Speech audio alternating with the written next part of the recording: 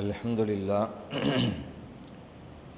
Alhamdulillah nahmaduhu wa nasta'inuhu wa nastaghfiruhu wa nu'minu bihi wa natawakkalu alayhi wa na'udhu billahi min shururi anfusina wa min sayyiati a'malina man yahdihillahu fala mudilla lahu wa man yudlilhu fala hadiya lahu wa ashhadu an la ilaha illallah wahdahu la sharika lahu wa ashhadu anna sayyidana wa nabiyyana wa maulana محمدًا عبده ورسوله أرسله الله تعالى بالحق بشيرًا ونذيرًا وداعيًا إلى الله بإذنه وسراجًا منيرًا أما بعد فقد قال الله تعالى في القرآن العظيم إن الله وملائكته يصلون على النبي يا أيها الذين آمنوا صلوا عليه وسلموا تسليما ஒரு 3 தடவை ஸலவாத் சொல்லுங்க اللهم صل على سيدنا محمد وعلى آل سيدنا محمد وبارك وسلم عليه اللهم صل على سيدنا محمد وعلى آل سيدنا محمد وبارك وسلم عليه اللهم صل على سيدنا محمد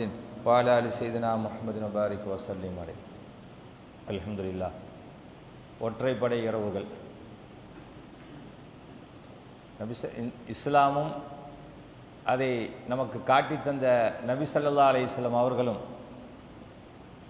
நம்முடைய ரப்பாக இருக்கக்கூடிய அல்லாஹும் நம்மளை சிரமப்படுத்துறதே இல்லை.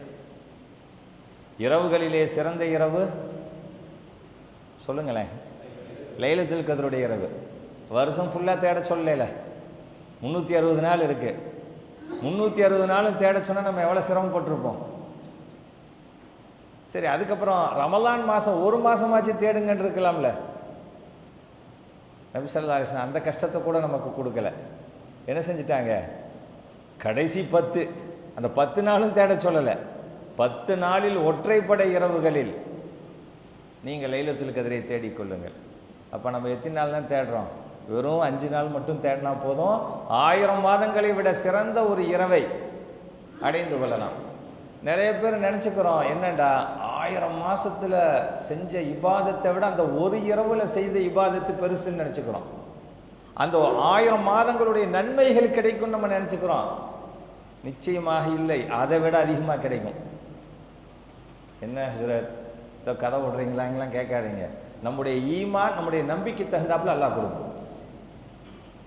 அந்த ஈமானோடு நம்பிக்கையோடு நாம் வந்திருக்கிறோம். அல்லாஹ் தஆலா நமக்கு நிரப்பமான லைலத்துல் கத்ருடைய முழுமையான இரவுனுடைய நன்மை அல்லாஹ் நம்ம அனைவருக்கும் தந்தருள்வானாக. நம்முடைய கணக்குப்படி அல்ல, அல்லாஹுடைய கணக்குப்படி தருவானாக. நம்பிக்கையும் ஈமானும் தான் முக்கியம். இப்போ அந்த அடிப்படையில் பெருமானாரின் வார்த்தையின் மீது நம்பிக்கை வைத்து, நபி ஸல்லல்லாஹு அலைஹி வஸல்லம் அவர்களின் வார்த்தையின் மீது நம்பிக்கை வைத்து இந்த இரவிலே அல்லாஹ்வை அறிவதற்கும் அல்லாஹ்வை இபாதத்து செய்வதற்கும் கூடியிருக்கிறோம். அல்லாஹ் நம்மை கபூல் செய்து கொள்வானார். ஹைர், அல்ஹம்துலில்லாஹ். இன்னொரு விஷயம், ரமலானுக்கும் ஜக்காத்துக்கும் என்னங்க சம்பந்தம்? ஏதாவது சம்பந்தம் இருக்கா? ரமலானுக்கும் ஜக்காத்துக்கும் ஏதாச்சும் சம்மந்தம் இருக்காண்டா? எந்த சம்மந்தமே இல்லை. அப்புறம் ஏங்க ரமலானில் மட்டும் ஜக்காத்தை பற்றி பேசுகிறாங்க? ரமலானுக்கும் ஜக்காத்துக்கும் சம்மந்தம் இல்லை. ஆனால் ரமலானில் தான் என்ன செய்கிறாங்க, மற்ற நாள்லாம் பேசுகிறதே இல்லையே, ரமலானில் மட்டும் ஏன் பேசுகிறாங்க அப்படின்றா லைனாக வருது. களிமா சொல்லிட்டோம், அடுத்து தொழுகை,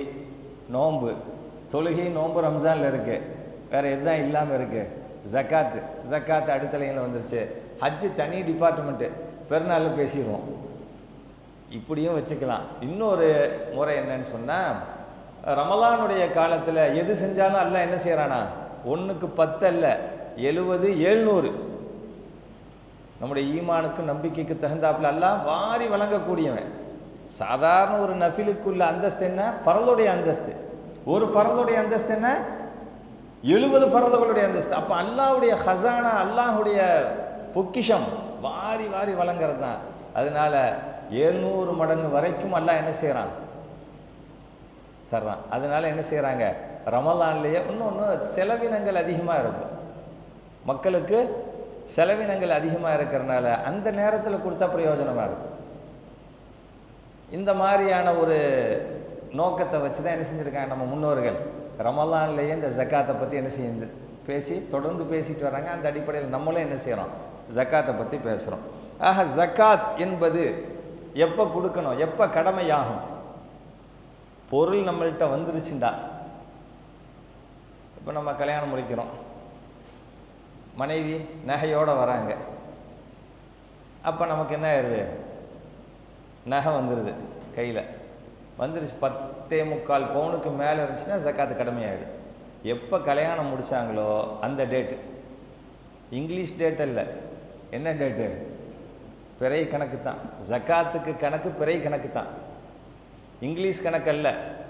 வருஷம் வருஷம் 10 நாள் குறைஞ்சிக்கிட்டே இருக்கும், வருஷம் வருஷம் 10 நாள் குறைஞ்சிக்கிட்டே இருக்கும். அதனால பிறை கணக்கை பார்த்து தான் ஜக்காத்து கொடுக்கணும்.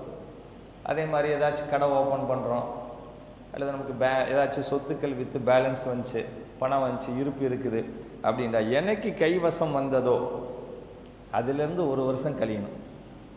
எனக்கு கைவசம் வந்துச்சோ அதுலேருந்து 1 வருஷம் கழிஞ்ச பின்னாடி தான் ஜக்காத்துங்கிறதே கடமையாகும். ரம்ஜானில் கடமை இல்லை, பொதுவாக கடமையாயிரும். ரம்ஜான் மாதத்தில் கொடுத்தா கொஞ்சம் அதிகமாக கிடைக்கும். ஆக கண்ணியத்திற்குரியவர்களே, இப்போ ஜக்காத்தில் சலுகை இல்லை, மற்ற எல்லாத்துலேயுமே சலுகை இருக்குது. தொழுகையில் சலுகை இருக்குது. இஸ்லாத்தினுடைய கடமைகள் 5, களிமா சொல்லிட்டோம், அடுத்து தொழுகை, நோன்பு, ஜக்காத்து, ஹஜ்ஜு. இதில் மற்ற எல்லா கடமைகள்லையுமே சலுகை இருக்குது. எதில் மட்டும் இல்லை, ஜக்காத்தில் மட்டும் இல்லை. என்ன சலுகை அப்படின்னு பார்த்தா, தொழுகையில் என்னங்க, ஒருத்தரால் நின்று தொழுக முடியல, அவர் என்ன செய்யலாம், உட்காந்து தொழுகலாம். உட்காந்தும் தொழுக முடியல, படுத்துக்கிட்டே தொழுகலாம். தொழுகைக்குண்டான ஒது, தண்ணீரை யூஸ் பண்ணக்கூடாது, தயமம். மாற்று இருக்கு, சலுகை இருக்கு. அதே மாதிரி நோன்பு, ரமலானுடைய காலத்தில் 1 மாதம் முழுவதும் நோன்பு வைக்கணும். ஆனால் அந்த நேரத்தில் நீங்கள் நோய்வாய்ப்பட்டு இருந்தாலோ, நீண்ட தூரம் பயணம் மேற்கொண்டாலோ என்ன இருக்கு, சலுகை இருக்கு, வேறொரு நாளில் நீங்கள் வச்சுக்கலாம். அதே மாதிரி தொழுகை, நோன்பு, ஹஜ். ஹஜ்ஜில் என்ன, ஒருத்தர்னால கடமை ஆயிடுச்சு, அவரால் போக முடியல, உடல்நிலை ராகத்தில்லை, அப்போ என்ன செய்யலாம், அவர் தனக்கு பதிலாக வேற ஒருத்தர் அனுப்பணும். இந்த சலுகை எல்லாமே எதில் இருக்கு, மற்ற எல்லாத்துலேயுமே இருக்கு, ஆனால் ஜக்காத்தில் கிடையாது. ஏன் ஜக்காத்தில் கிடையாது? ஜக்காத் என்பது அல்லாவுக்கும் அடியானுக்கும் மட்டுமல்ல, எல்லாமே அல்லாவுக்கும் அடியானுக்கும் மத்தியில் உள்ளது. ஜக்காத்து அல்லாவுக்கும் அடியானுக்கும் மத்தியில் உள்ளதோட அடியார்களுக்கும் சேர்ந்து சம்பந்தமாக, அடியானுக்கும் அடியானுக்கும் சேர்ந்து சம்பந்தமாக. அதனால அல்லாஹ் என்ன செய்யறதில்ல, தன்னுடைய இதில் சலுகை காட்டுறான், ஆனால் அடியார்களுக்கு போகக்கூடிய விஷயத்தில் என்ன காட்டுறதில்ல, சலுகை காட்டுவதில்லை. அதனால என்ன கிடையாதுண்டா, ஜக்காத்தில் சலுகை என்பதே இல்லை. இப்போ நம்ம ஜக்காத் எப்பங்க கடமையாச்சு, வாத்து ஹக்கஹு யௌம ஹசாதிஹி. மக்கால இருக்கிறப்பே ஜக்காத்து கடமையாயிருச்சு, மக்கால இருக்கிறப்பே ஜக்காத்து கடமையாயிருச்சு. ஆனால் முறைப்படுத்தப்பட்ட கடமையாக ஆகல. ஹிஜ்ரி 2 தான் முறைப்படுத்தப்பட்டு கடமையாக ஆச்சு. ஹுது மின் அம்வாலிஹிம் சதகதன் துத்தஹிர். அந்த முன்னாடி ஆயத்து ஆத்து ஹக்கஹு யௌம ஹசாதிஹி அப்படின்னு என்ன அர்த்தம், விவசாயத்திலேருந்து நீங்கள் என்ன விவசாயம் அறுவடை செஞ்சிட்டிங்கன்னா குமிச்சு வச்சுருப்பாங்கல்ல, அறுவடை முடித்த பின்னாடி அந்த மாதிரி தானியங்களை ஏழைகள் வருவாங்க. ஆத்து ஹக்கஹு யௌம ஹசாதிஹி, ஏழைகளுக்குள்ள பங்கை நீங்கள் கொடுத்து விடுங்கள். இவர் ஏதோ ஒரு கணக்கு போட்டு கொடுத்துட்டா போதும், குறிப்பிட்ட இந்த அளவு கொடுக்கணும், இவ்வளோ கொடுக்கணும் அப்படிங்கிற அந்த முறைப்படுத்தப்பட்டதெல்லாம் மதீனால வந்த பின்னாடி தான். தொழுகை கடமையாக்கப்பட்டதுலேருந்து எல்லாமே எப்போ தான், ஒரு முழுமையான ஒரு கட்டமைப்பு உருவாக்கப்பட்டதே மதீனாவுக்கு வந்த பின்னாடி தான். அதனால் மதீனாவுக்கு வந்த பின்னாடி தான் எல்லாமே கடமையாச்சு. அதே மாதிரி தான் ஜக்காத்து என்னாச்சுன்னு சொன்னால் மதீனாவுக்கு வந்த பின்னாடி தான் கடமையாச்சு. இப்போ ஜக்காத்துடைய ஆயத்து என்ன, மற்ற எல்லா கடமைகளும் தொழுகையும் ஜக்காத்தும் 27 இடங்கள்ல அல்லாஹ் சேர்த்தே சொல்கிறான். வஅகீமுஸ் ஸலாத்த வஆத்து ஸக்கா, நீங்கள் தொழுகையை நிலைநிறுத்தாட்டுங்கள், தொழுகுங்கள் அல்ல, தொழுகையை தொழுகுங்கள் அல்ல, நிலைநிறுத்தாட்டுங்கள். நிலைநிறுத்தாட்டு அந்தந்த நேரத்தில் அதாவது முறையாக செய்யுங்கன்னு அர்த்தம். வஆத்து ஸக்காத்த, ஜக்காத்து கொடுத்து வாருங்கள். 27 இடத்துல குர்ஆனில் சேர்த்தே தான் அல்லாஹ் சொல்கிறான். அதனால் முஃபஸ்ஸிரீன்கள் சொல்லுவாங்க, திருக்குர்ஆன் விரிவுரையாளர்கள் சொல்லுவாங்க, அல்லாஹ் எதை சேர்த்து சொன்னானோ அதை நம்ம சேர்த்து தான் செய்யணும். வசதி வாய்ப்புகள் இருக்கிறவங்க தொழுகவும் செய்யணும், ஜக்காத்து கொடுக்கவும் செய்யணும். வசதி வாய்ப்பு இருந்து தொழுகிறாரு, ஜக்காத்து கொடுக்காட்டி அவருடைய தொழுகையே என்ன ஆகுமா? ஏற்றுக்கொள்ளப்படுவதில் சந்தேகம் இருக்குங்கிறாங்க. இப்போ அல்லாஹ் சேர்த்து சொல்கிறது சேர்த்து தான் செய்யணும்னு சொல்லுவாங்க. ஆக இந்த ஜக்காத்துடைய கடமையாக்கப்பட்டது எப்போ அப்படின்னு பார்த்தா ஹிஜ்ரி 2 நபி ஸல்லல்லாஹு அலைஹி வஸல்லம் அவங்களுக்கு ஆயத்து இறக்குறான். மற்ற கடமைகளுக்கு இதுக்கும் நிறைய வித்தியாசம் இருக்குது.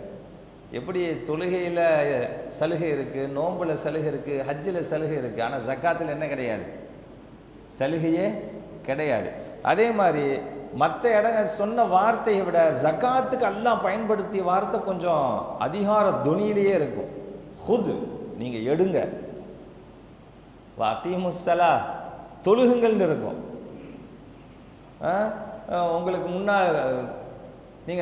உங்களுக்கு முன்னால் உண்டானவர்கள் மீது கடமையாக்கப்பட்டது போல நோன்பு உங்களுக்கு கடமையாக்கப்பட்டு இருக்கிறது. அப்படி பாலிசான முறையில் அதெல்லாம் சொல்கிறான்.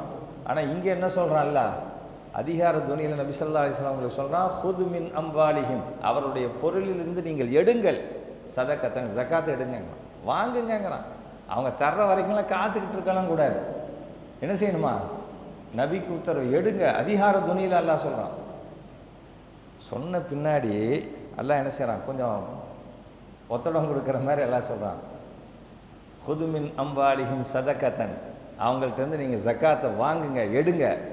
துதஹீருஹும், பணக்காரர்கள் என்ன செய்வாங்க? பணம் கையை விட்டு போனால் அது ஒரு பெரிய இழப்பாகவும் அது ஒரு நஷ்டமாகவும் நினைப்பாங்கல்ல. அதனால அல்லாஹ் அப்படி ஒத்தடம் கொடுக்குற மாதிரி சொல்கிறான். துதஹீருஹும், அவர்களை நீங்கள் பரிசுத்தப்படுத்தி வையுங்கள். ஒத்து ஜக்கீஹும், அவருடைய பொருளை, துதஹீருஹும்டா அவங்களுடைய பொருளை பரிசுத்தப்படுத்தி வையுங்கள். ஒத்து ஜக்கீஹும்டா அவங்களுடைய உள்ளத்தை பரிசுத்தப்படுத்துங்கள்.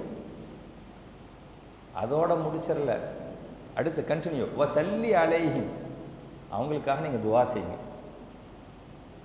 வாங்கிட்டீங்க, வாங்கிட்டு என்ன செய்யணுமா? யார்கிட்ட நீங்கள் ஜக்காத் வாங்கிட்டீங்களோ அவங்களுக்காக நீங்கள் வஸல்லி அலைஹிம், நீ அவங்களுக்காக துவா செய்யுங்க. இன்ன சலாத்தக்க, உங்களுடைய துவாவாகிறது சகனுல்லம், அவங்களுக்கு என்னவா இருக்கும்? ஆறுதலாக இருக்கும்னு. அப்போ மற்ற கடமைகளை போல இல்லாமல் இந்த ஜக்காத்துடைய விஷயத்தில் அல்லாஹ் என்ன செய்யணும்? போல்டாக சொல்கிறான், நீங்கள் அவங்கள்ட்ட எடுங்கள், கட்டாயமாக எடுங்கள் அப்படின்னு சொல்லி அல்லாஹ் சொல்கிறான். அப்போ அப்படி எடுத்தால் அவருடைய பொருள் சுத்தமாகும். துதஹீருஹும், நீங்கள் சுத்தமாக்கி வையுங்கள். எடுப்பதின் மூலமாக அவங்க தருவாங்கன்னு காத்துக்கிட்டுலாம் இருக்க வேணாம். என்ன செய்யணுமா? எடுப்பதின் மூலமாக அவர்களை சுத்தப்படுத்துங்கள், அவங்களுடைய பொருளை சுத்தப்படுத்துங்கள், அவங்களுடைய உள்ளத்தை சுத்தப்படுத்துங்கள். ஜக்காத்து கொடுப்பதின் மூலமாக முதல்ல நம்முடைய பொருள் சுத்தமாகுது. வருஷத்துக்கு ஒரு தடவை எந்த நாளில் நமக்கு பொருளாதாரம் வந்துச்சோ அதுலேருந்து ஒரு வருஷம் கணக்கு, பிறை கணக்கு வந்துச்சுண்டா கணக்கு போட்டு என்ன செஞ்சிடணும்? எடுத்து வச்சிடணும், எடுத்து தனியாக வச்சிடணும். நம்ம பொருள் கூட அது சேர்ந்துச்சுண்டா நஜீஸ், அசுத்தம். பொருள், ஒட்டுமொத்த பொருளும் அசுத்தம். நீங்கள் ஜக்காத்தை தனியாக எடுத்துட்டீங்கன்னா உங்கள் பொருள் சுத்தமாயிடும். ஒரு பிரபலியமான ஒரு சம்பவத்தை சொல்லுவாங்க. நம்ம பழனி பக்கத்தில் கீரனூர், அங்கே இருக்கிறவங்கெல்லாம் பெரும்பாலும் கைத்து மண்டி, கைத்து மண்டி, சேலத்துலேயும் ஜங்ஷன்லேயும் அவங்க கைத்து மண்டி, கொல்லம் கேரளாலேயும் கைத்து மண்டி. அந்த மாதிரி ஒரு பெரிய கைத்து மண்டி வியாபாரி. கொல்லத்தில் பிரம்மாண்டமான குடோன், சாதா சீதா குடோன் இல்லை, எக்ஸ்போர்ட், பிரம்மாண்டமான குடோன். அந்த லைனில் கைத்து மண்டி குடோன், எல்லாம் தேங்காய் நார்லேருந்து தானே கயிறு செய்வாங்க. அந்த மாதிரி ஒரு தடவை என்ன ஆச்சுன்னா, திடீர்னு அவருக்கு நைட்டில் ஃபோன் வருது. குடோன்லேருந்து ஃபோன் பண்ணுறாங்க, முதலாளி குடோன் தீப்பிடிச்சி எரியுதான், ஏதோ ஆள்கள் சொல்கிறாங்க தீப்பிடிச்சி எரியுதான் அப்படி. உடனே அவர் கணக்கு பிள்ளைக்கு போடுறாரு, மேனேஜருக்கு போடுறாரு. யார்? முதலாளி மேனேஜருக்கு போட்டு, இந்த வருஷம் ஜக்காத்தில் நம்ம கரெக்டாக கொடுத்துட்டோமா பாருப்பா. அவர் சொல்கிறாரு, கரெக்டாக எடுத்து வச்சோம், அதை எல்லாத்தையும் கொடுத்தும் போட்டோம், கொடுக்கவும் செஞ்சிட்டோம். உடனே அல்ஹம்துலில்லாஹ் சொல்லிட்டார். கொஞ்சம் நேரம் கழித்து மறுபடியும் ஃபோன் வருது, முதலாளி நம்ம குடோன் இல்லை, பக்கத்து குடோன்.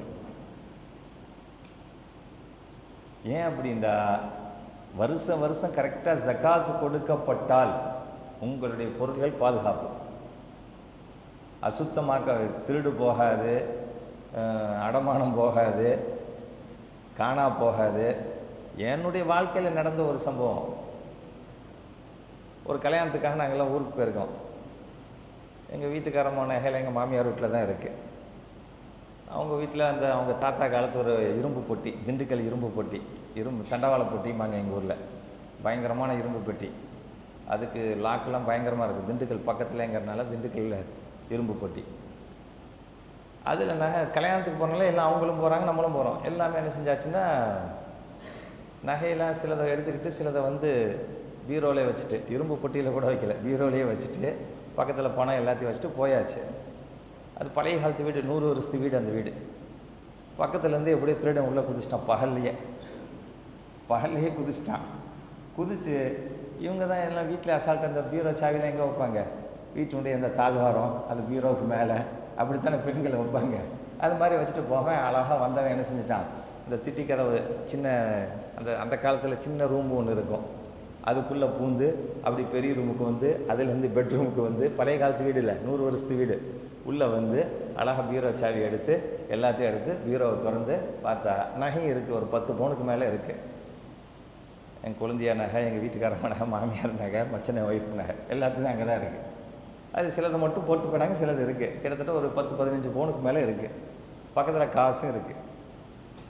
வந்தவன் பகல் நேரம் எல்லாமே கல்யாணத்துக்கு போயிட்டு 11 to 12 பகலில் 11 to 12 வந்தவன் என்ன செஞ்சிட்டான்டா, நகை எடுக்காமல் வெறும் பணம் ஒரு 2000 சில்லறை இருந்துச்சு, அதை மட்டும் எடுத்துகிட்டு போயிருக்கான்.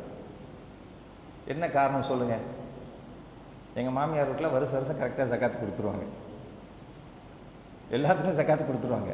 ஜக்காத்து கொடுத்தனால அல்லாஹ் என்ன செஞ்சிட்டான், அதை கண்ணிலேயே காட்டல. அந்த நகை அங்கே தான் இருக்குது, கண்ணிலேயே காட்டவே இல்லை. வெறும் பணம் மட்டும் ஒரு 2000 சில்லறை செலவுக்கு வச்சுருந்த பணம், அது வரும் போகும்ல, அதை மட்டும்தான் தூக்கிட்டு போயினான். ஆக இந்த மாதிரியான சேஃப்டிகள்லாம் எதில் இருக்குது? முறையாக ஜக்காத்து கொடுத்து விட்டால் அல்லாஹ் நம்முடைய பொருளை பாதுகாக்கிறான். எல்லா வகையான பாதுகாப்பு இருக்குது, எல்லா வகையான பாதுகாப்பு காணா போகாமல் இருக்கும். அப்படி காணா போனாலும் உடனே மீட்டெடுக்கப்படும். அதனால் வருஷம் என்ன செய்யணும், முறையாக கணக்கு போட்டு ஏனோ தானாலும் ஜக்காத்து கொடுக்கக்கூடாது, முறையாக ஜக்காத்து கொடுக்கணும். முறையாக ஜக்காத்து கொடுக்கறதுன்றா என்ன, என்னைக்கு நம்மள்கிட்ட வஞ்சோ அதுலேருந்து கணக்கு, ஒரு வருஷம் எவ்வளோ இருக்குது, ஒரு குத்து மதிப்பாலாம் போடக்கூடாது. எத்தனை பவுனு, கேடிஎம்மா 916 சாதாவா 916ன்னா அன்றைக்கி ரேட்டு. இப்போ எல்லாமே இந்த 10 வருஷத்துக்குள்ளே வாங்கினது எல்லாமே ஹால்மார்க்கு 916 தான் இருக்கும். அதுக்கு முன்னாடி வாங்கினது ஒரு 20-30 வருஷத்து நகைண்டா, அதுக்கெலாம் ஒரு 20% மேலே என்ன செஞ்சிருவான், கழிவுலாம் போயிடும்னா கடைக்காரங்க யாராச்சும் இருந்தால் தெரியும், அது மாதிரிலாம் கழிச்சிருவாங்க. அப்போ அதுக்கு தகுந்தாப்புல மார்க்கெட் ரேட்டு கடையிலே போய் என்ன செய்யலாம், நிறுத்து, என்னத்துக்கு என்ன ரேட்டு, இதுக்கு என்ன ரேட்டு வரும், இதுக்கு என்ன ரேட்டு வரும், எல்லாம் குறித்து வச்சுக்கிட்டு வந்துடணும். அதே மாதிரி வெள்ளியும் தங்கம் தான் ஜக்காத்துடைய நிசாப். இது இல்லாமல் பணம், இந்த 3 தான்.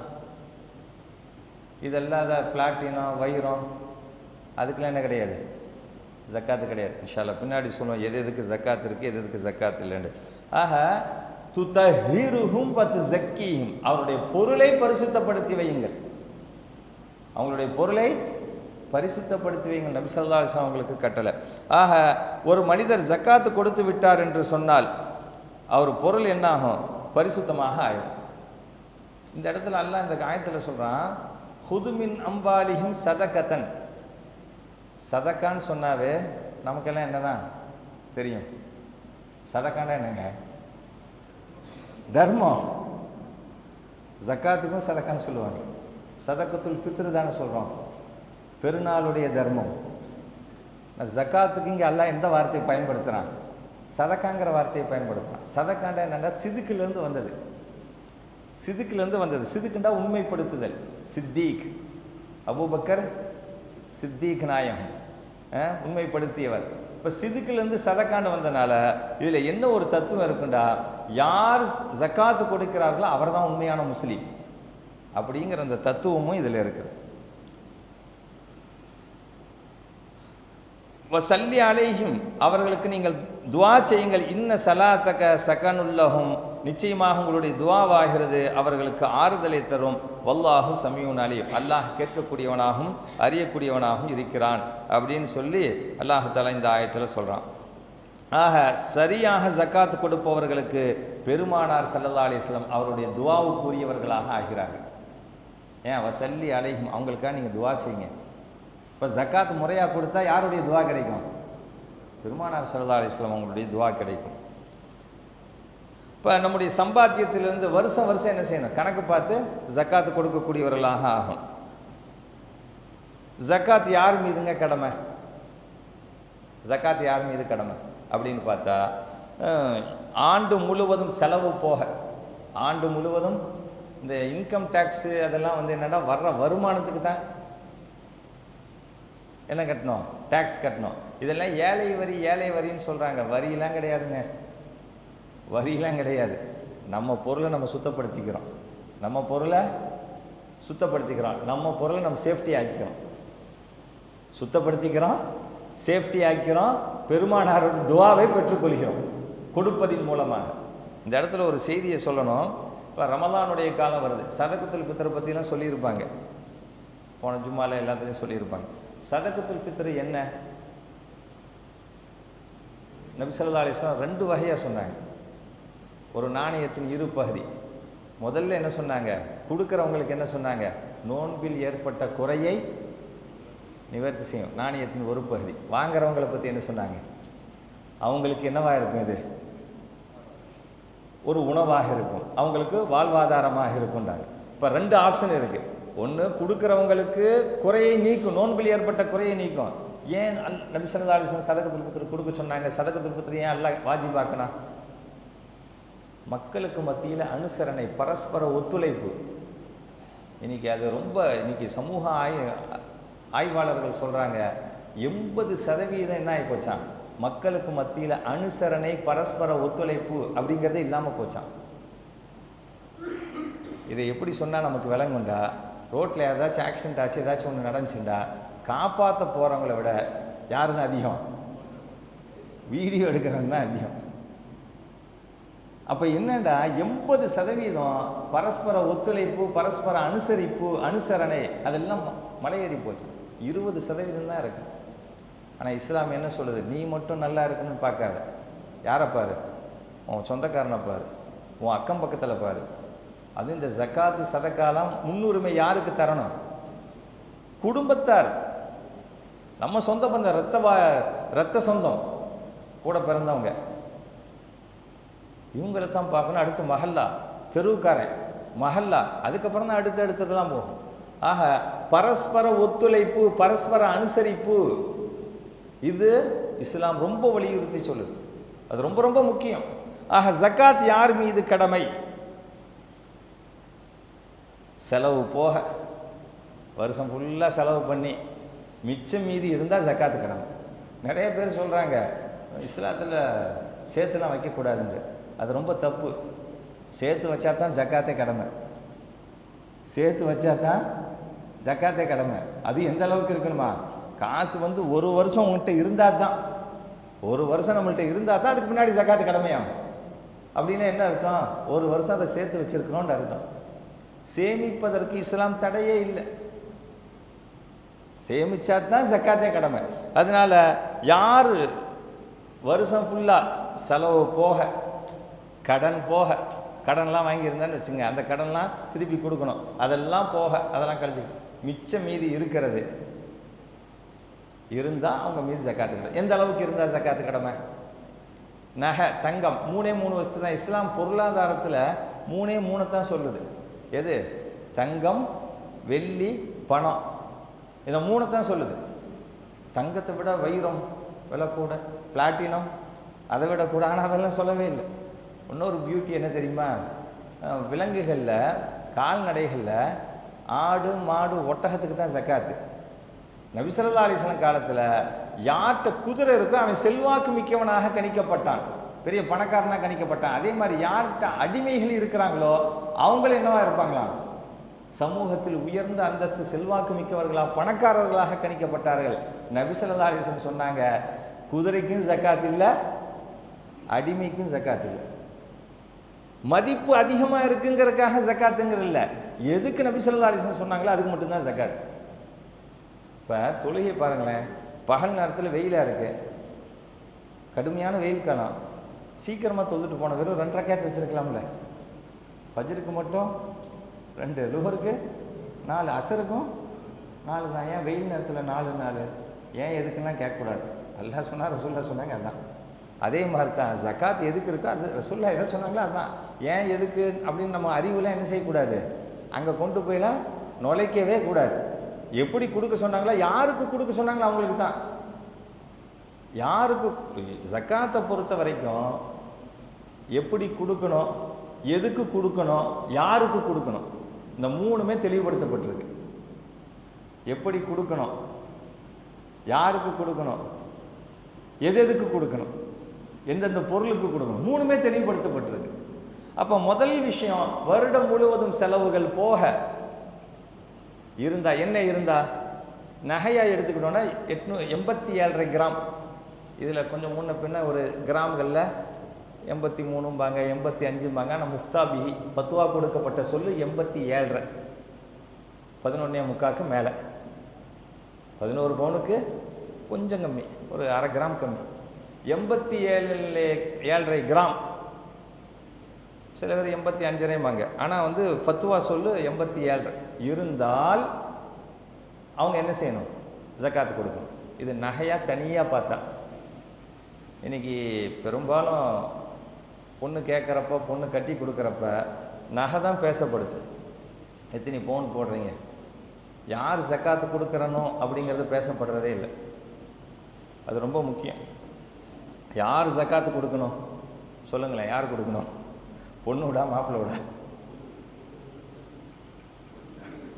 நகை யாருக்கு சொந்தம், பொண்ணுக்கு சொந்தம்னா பொண்ணு. அந்த பொண்ணு இல்லைங்க நம்ம குடும்பத்துக்கு சொந்தம்டா, குடும்ப தலைவன் தான் கொடுக்கணும். அவன் ஏற்றுக்கிட்டா, இது வக்ஃபு செய்கிறது மட்டும் இல்லை, அவன் ஏற்றுக்கணும். ஒரு ஆலிம் ஷா, ஒரு அஜர்த்து கல்யாணம் முடிச்சப்ப அவங்க மனைவிக்கு ஒரு 20 பவுன் போட்டாங்க. அவர் அன்னைக்கு கம்மியான சம்பளம்.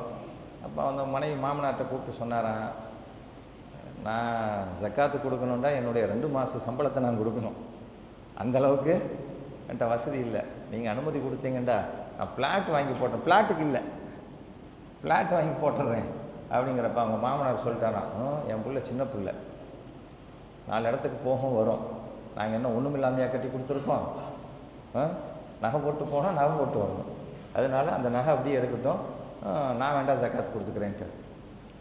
ரொம்ப சந்தோஷம் அப்படின்ட்டாரான். ஒரு குறிப்பிட்ட காலம் ஆச்சு. அதுக்கப்புறம் அஜத்துக்கு வசதி வந்துச்சு அந்த ஆலிம் ஷாக்கு. அதுக்கப்புறம் அவரு கொடுக்க ஆரம்பிச்சிட்டாரு, அது வேறு விஷயம் விடுங்க. ஆக யாருக்கு யாரு கொடுக்கண்டா, அந்த நகை யாருக்கு சொந்தமோ அவங்க தான். இப்போ நிறைய இதெல்லாம் ஆரம்ப காலத்தில் கல்யாணம் முடித்தோடனே மாப்பிள்ளை வீட்டில் என்ன செய்ய, எங்கள் சொந்தத்தில் ஒருத்தர் 40 பவுன் போட்டு கட்டி கொடுத்தாங்க, எங்கள் அக்கா பிள்ளைன்னு வச்சுக்கோங்க, எங்கள் சொந்த அக்கா பிள்ளை. அந்த மாப்பிள்ளை வீட்டில் எதுவுமே கேட்கல, அவங்க எவ்வளோ போடுறீங்க என்ன செய்கிறீங்க எதுவுமே கேட்டுக்கல. எந்த சடங்கு சம்பிரதாயம் அவங்க வலியுறுத்தவே இல்லை, உங்கள் பொண்ணுக்கு நீங்கள் செஞ்சுக்குங்க, ஒரே வார்த்தையில் முடிச்சுட்டாங்க. இவங்க எல்லாம் போட்டு உளுந்து மாஞ்சு செஞ்சாங்க. கடைசியில் வருஷம் முடிஞ்சவனே ஜக்காத்து கொடுக்கணுன்னே யார் கொடுக்கறது, அவர் மாப்பிள்ளை ஒரேபடி அர்த்தத்தில் சொல்லிட்டாரு, எனக்கு அதுக்கு சம்மந்தமே இல்லைன்ட்டார். யார் கொடுக்கணும், பொண்ணு தான் கொடுக்கணும். என்ன செஞ்சு மாமா என்ன செய்யறதுன்னு, ஏதாச்சும் விற்று கொடுமா, வருஷம் விற்று தான் கொடுக்குது. விற்று கொடுக்கறனால குறையணும்ல, குறையவே இல்லை இது வரைக்கும். கிட்டத்தட்ட கல்யாணம் 12 வருஷத்துக்கு 13-15 வருஷம் ஆகுது, 15 வருஷம் ஆகுது, இது வரையும் குறையவே இல்லை. எப்படியோ ஒரு வகையில் சேர்ந்துருது. 40ங்கிறது இறங்கவே இல்லை, எப்படியோ ஒரு வகையில் சேர்ந்துருது. எந்த வகையில் சேர்ந்தது தெரியறது இல்லை. ஆக நம்ம நினச்சிக்கிறோம் கொடுத்தா குறைஞ்சிரும்னு நினச்சிக்கிறோம். யம்ஹக்குல்லாஹு ரிபா வயுர்பி சதகா, வட்டியை எல்லாம் அழிக்கிறான். வட்டி குட்டி போடுன்னு நம்ம நினச்சிக்கிட்டு இருக்கிறோம், வட்டி குட்டி போடுன்னு நினச்சிக்கிட்டு இருக்கோம். கொடுத்தா எவ்வளோ வரும், இதுக்கு எக்ஸ்ட்ரா வரும், அசல் அப்படி இருக்கும், வட்டி மட்டும் வந்துக்கிட்டே இருக்கும்னு நினச்சிக்கிட்டு இருக்கோம், குட்டி போட்டுக்கிட்டே இருக்கும்னு. சமீபத்திலாம் எங்கள் மஹல்லால் ஒரு பையன் சொன்னான், ஹஜ்ரத் அவங்கெல்லாம் பெரிய வட்டி மூசா ஹஜ்ரத், அஸ்தக்ஃபிருல்லாஹ், மூசா அலைஹிஸ்ஸலாத்துக்கு அதுக்கு சம்மந்தமே இல்லை, வட்டிக்காரவங்க ஹஜ்ரத். எத்தின்பா, அதெல்லாம் பழசி ஹஜ்ரத் அப்படின்னா. என்னடா பழசிங்கிற? ஆமாம் ஹஜ்ரத், பல்காக ஒருத்தர் அடிச்சுட்டு போயிட்டேன் ஹஜ்ரத், 5 சி போச்சுன்னா.